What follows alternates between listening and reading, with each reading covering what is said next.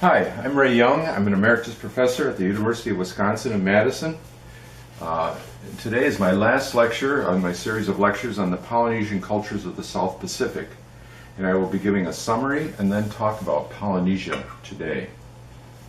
Recall that the Polynesian Triangle existed from Hawaii in the north to New Zealand in the southwest and Easter Island in the southeast, with the French Polynesia or Society Islands in the center, and Samoa and Tonga at the far west.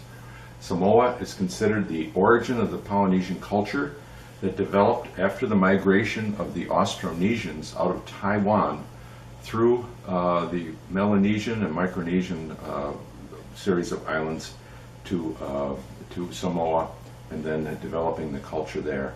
The culture and the people are distinctly different from the Melanesians. The Melanesians are of African descent.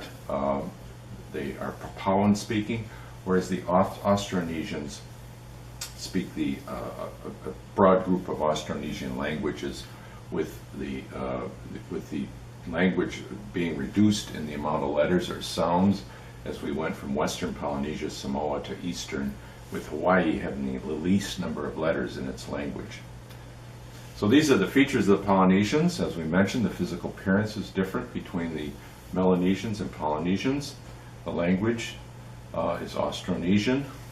The Lapita pottery, we discussed the Lapita pottery, which is a reddish type pottery that was developed in the Philippines and Indonesia, and it is found throughout the area between Southeast Asia and Polynesia. It's usually a series of rows of geometric figures, sometimes anthropomorphic figures in the pottery, and this type of pattern shows up in the tattooing, which we also discussed. We went through the tools, mainly just the adzes or axes, found throughout Polynesia, and in eastern Polynesia the tanged axe, which is a reduced size at the handle for lashing. Fish hooks, where there was a single fish hook and a two-piece fish hook. The two-piece developed in Hawaii, where they didn't have so much of the pearl shells, so they used wood and bone for the fish hooks. And then the weapons, as the patu in Maori, for example, and a similar type of structure used in the rest of Polynesia. The temples, the sacred temples of Polynesia, are the Heiau in Hawaiian culture, the Marae in the Tahitian, and the Ahu on Easter Island. And these were sacred temples for ceremonies, for religious ceremonies and receptions for arriving priests and so on. The commoners were not permitted. It was taboo for commoners to be present in the temples. They contained carvings and statues in the temples representing the gods as receptacles for the gods to enter the temples. We then discussed tattooing, which is a sacred ceremony in all of Polynesia originally. The tattooing in the simplest form represented some of the designs on the Lapita pottery, but became more elaborate, particularly in the Marquesas Islands, where they tattooed the whole body. This compares to the Maori, who used extensive facial tattooing, actually grooving the face. Both men and women were tattooed. The women generally on the arms and thighs. In the Maori, women would tattoo their lips. We then covered dance. Polynesian dance varied between the different islands. The hula, characteristic of Hawaii, is a gentle swaying motion with the arms and hands indicating different signs, such as an ocean wave or a swaying tree, or maybe an emotion. The dance in Tahiti was called the otia. It's a much more energetic dance with a lot of hip movement, and the laka laka dance in the Tongan Islands with the wrist action. We next went into plant usage for food, such as taro and breadfruit, for medicinals, such as noni and black nightshade, and then for materials, such as the tapa cloth from paper mulberry, and their mats from the screw pine fronds. Okay, let's look at Polynesia today.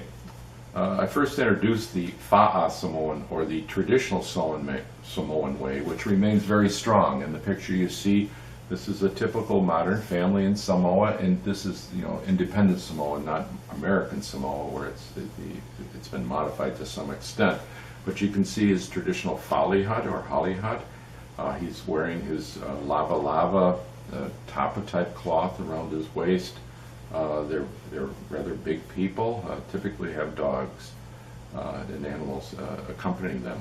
The Samoan population shown down at the bottom left is about 190,000, and you can see it's a very high percentage of Polynesians, 92%, versus 7% Euronesians, mixed Polynesian European blood, and just 1% European. And of course the high percentage Polynesian allows them to maintain their culture.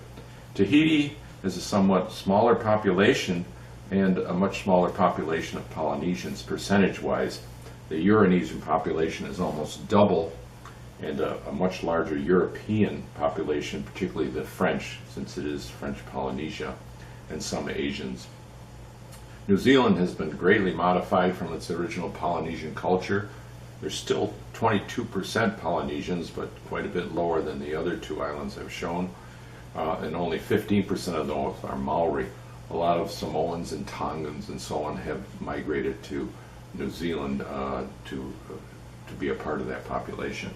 But you can see it's almost 70% European, so it's the culture has been dramatically altered, with 9% Asian. The Maori exist mainly on the North Island around the city of Rotorua in New Zealand. Let's compare this to Hawaii, which has been considerably modified due to the incorporation of Hawaii into the American culture. In 1778, there was 400,000, and estimated maybe as high as 500,000 Hawaiians of pure Hawaiian blood. By 1900, that population had been decimated due to European diseases such as influenza, smallpox, and measles, with the Hawaiians only 25% of the population, and now a large Asian culture. The Asians, Japanese and Chinese, were brought in to work the fields of pineapple being grown, for example, shown in the slide below, in the picture below, and they remained in Hawaii after that, and the 29% is mostly Europeans and Americans. By 2015, the population has grown dramatically, but not the Hawaiians. It was mainly the Europeans that came in, the Americans, the Europeans, and the Hawaiian population was estimated only at 6%, and it's believed that it's only really about 2% of pure Hawaiian blood in Hawaiian Islands left as a result of the changes over the years in the Hawaiian Islands. Okay, that concludes my lecture on the Polynesian cultures of the South Pacific. Aloha to you all. I thank you very much for this, and aloha to you.